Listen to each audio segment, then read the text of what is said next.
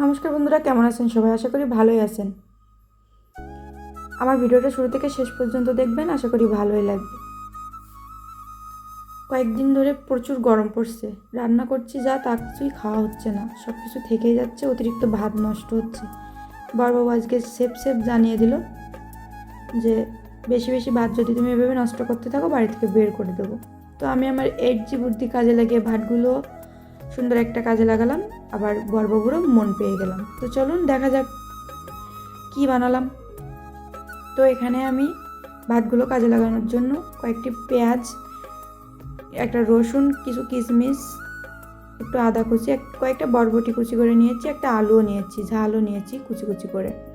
এবার কড়াইটা বসিয়ে তেল দিয়ে, তেলটা গরম হলে আমি সবজিগুলো একে একে ভেজে নেব।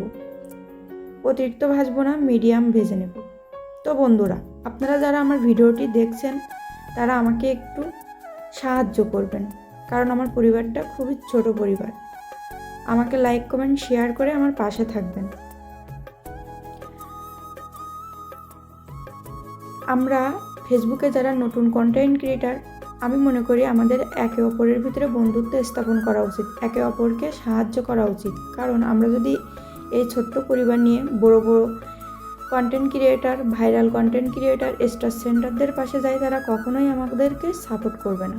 এজন্য আমাদের উচিত আগে আমাদের ছোট ছোট পরিবারগুলো এক হয়ে নিজেদের ভিতরে সাহায্য করে সামনে এগিয়ে যাওয়া। তাহলে একে অপরকে সাহায্য করলে আমরা দ্রুত সফলতা মুখ দেখতে পাবো। এত কষ্ট করে ভিডিওগুলো বানাই, এডিটিং করে আপনাদের মাঝে দেই, কিন্তু আপনারা কেউ দেখেন তবে লাইক কমেন্ট শেয়ার করেন না, সাপোর্ট করেন না। তাহলে কি ভালো লাগে বলুন? সাপোর্ট না করলে কি সাপোর্ট পাবেন? পাবেন না। আমার সবজিগুলো ভাজা হয়ে গেছে। আমি মাঝখানে একটু তেল দিয়ে 2টা ডিম রাখছিলাম, ডিম দুটো ফেটিয়ে একটু হালকা ভেজে নেব। আপনারা হয়তো এতক্ষণে বুঝেই গেছেন যে আমি কি বানাচ্ছি। আসলে আমি ভাতটা নষ্ট না করে ভাজা করে নিয়েছি, যেটাকে ফ্রাইড রাইস বলে। আমাদের গ্রামের ভাষায় এটাকে ভাত ভাজা বলে থাকে। ডিমটা ভাজা হয়ে গেলে এবার আমি আগে থেকে রেখে দেওয়া ভাতগুলো দিয়ে দেব।